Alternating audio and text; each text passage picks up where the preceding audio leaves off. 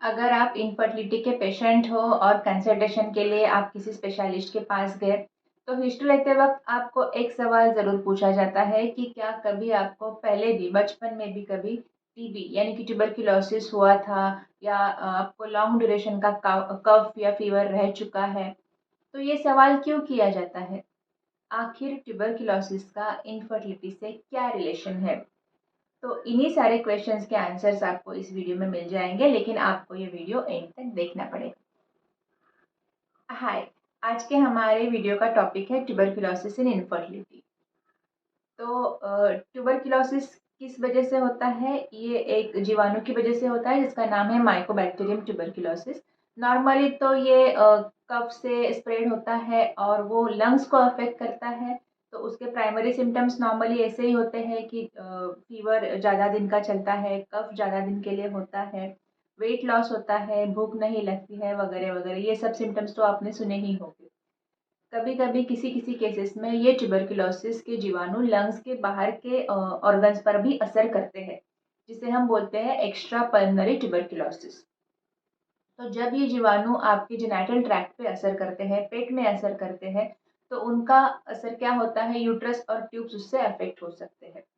उसकी वजह से ट्यूब के अंदर का जो लाइनिंग है, यूट्रस के अंदर का जो लाइनिंग है, वो अफेक्ट होगा, वहाँ पे इन्फेक्शन होगा और वहाँ पे छोटे छोटे धागे बन जाएंगे, जिसकी वजह से आपके ट्यूब्स ब्लॉक हो सकते हैं, रिजिड हो सकते हैं, मूव नहीं करेंगे और आपके यूट्रस का जो अंदर का लाइनिंग है, एंडोमेट्रियल लाइनिंग, वो ग्रो नहीं कर पाएगा।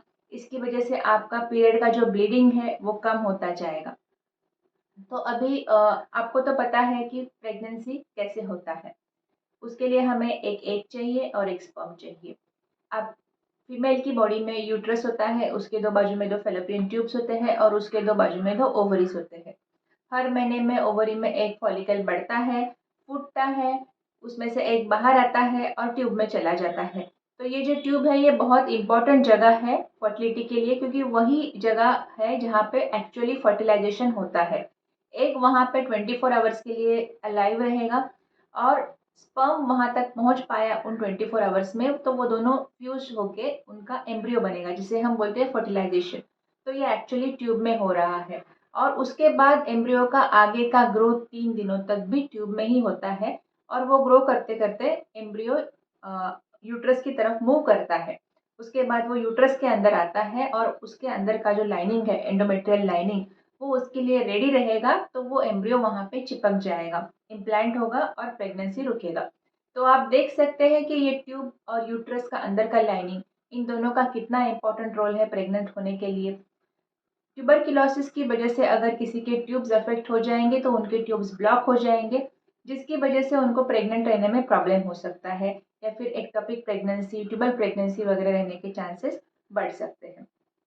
अगर किसी का यूट्रस का अंदर का लाइनिंग उसकी वजह से अफेक्ट हो जाएगा, तो उनका पीरियड का ब्लीडिंग कम रहेगा, एंडोमेट्रियल लाइनिंग जैसे चाहिए वैसे ग्रो नहीं हो पाएगा, इसके लिए एम्ब्रियो इम्प्लांट नहीं हो पाएगा और वो इनफर्टिलिटी के पेशेंट बन जाएंगे। तो इन सब चीज़ों का क्या असर होगा और इसके लिए हम क्या ट्रीटमेंट कर सकते हैं? तो पहले तो है कि अगर एक्टिव ट्यूबरकुलोसिस है, लाइक यानी कि इन्फेक्शन अभी हुआ है, तो उसको पहले हम एंटी कॉक्स ट्रीटमेंट AKT देकर उसको पहले हमें एक्टिव इन्फेक्शन को शांत करना है या उसका ट्रीटमेंट करना है। लेकिन जो धागे बन चुके हैं यूट्रस के अंदर के लाइनिंग में या फिर ट्यूब में, तो उन धागों का ट्रीटमेंट हमें सर्जिकली ही करना पड़ेगा। एक्टिव इन्फेक्शन कम होने के बाद, उसका ट्रीटमेंट होने के बाद सर्जिकली हम कैसे ट्रीट कर सकते हैं? हिस्ट्रोस्कोपी से या लेप्रोस्कोपी से। तो यही ट्यूबरकुलोसिस के बारे में आज इतना ही बताना था। अगर आपको इस बारे में कुछ डाउट्स है तो आप नीचे कमेंट में पूछ सकते हो, और अगर आपको कंसल्टेशन के लिए आना है तो मेरा क्लिनिक चेंबूर में है और मुंबई में, और यूट्यूब से आने वाले पेशेंट्स को हमेशा फर्स्ट कंसल्टेशन फ्री रहेगा। Thank you.